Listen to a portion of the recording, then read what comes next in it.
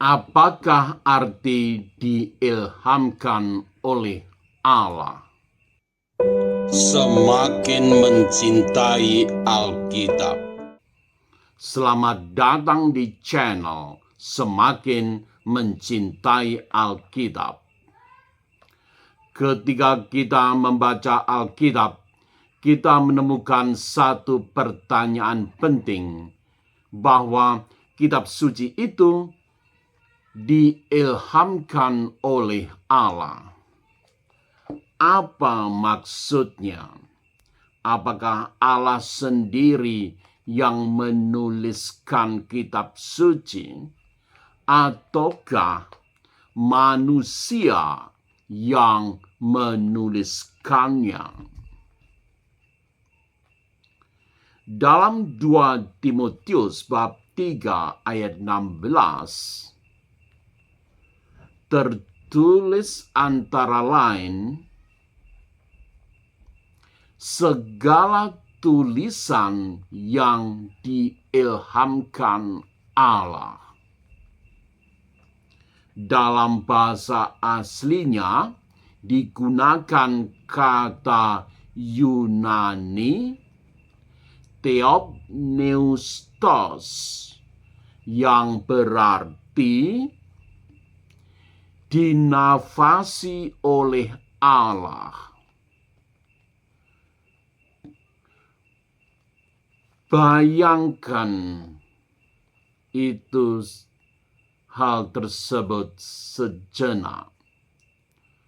Bukan sekedar ditulis, tetapi dinafasi. Seolah-olah di balik kata-kata manusia ada nafas Allah yang memberi hidup.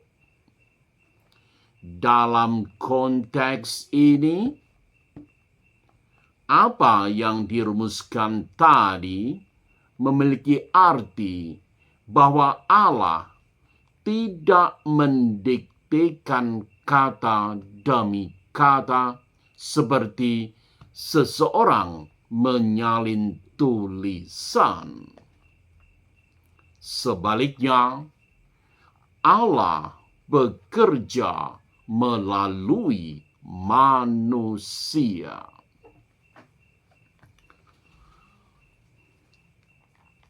Melalui pengalaman manusia, bahasa mereka, bahkan pergumulan hidup manusia.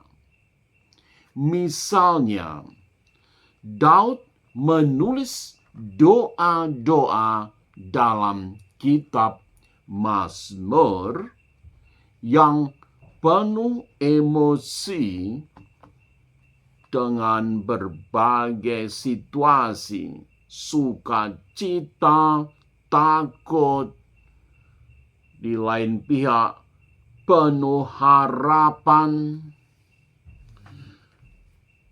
Demikian pula Rasul Paulus menulis surat dengan gaya yang argumentatif dan teologis. Gaya-gaya mereka berbeda-beda, suara mereka berbeda, namun iman percaya bahwa Allah tetap bekerja dalam semuanya itu. Karena itu, diilhamkan oleh Allah bukan berarti manusia menjadi robot yang hanya menyalin kata-kata dari surga. Bukan.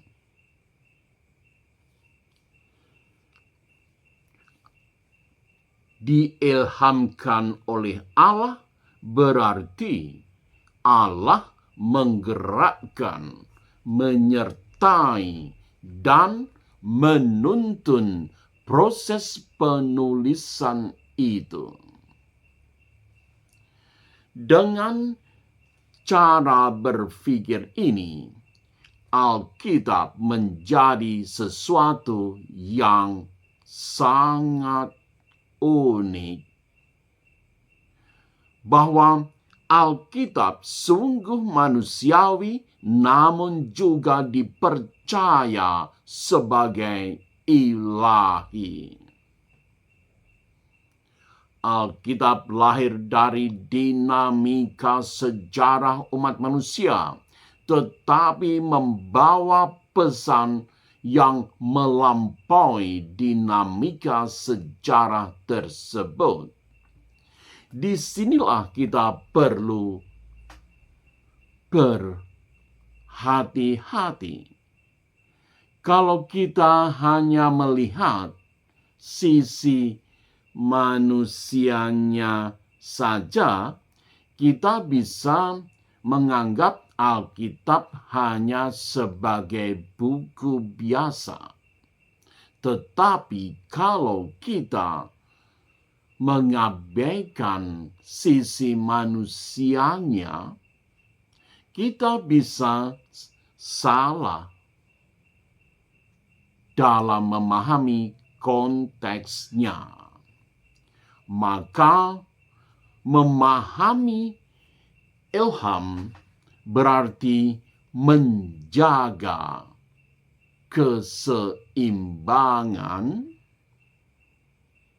melihat bagaimana Allah bekerja melalui manusia tanpa menghapus kemanusiaan mereka.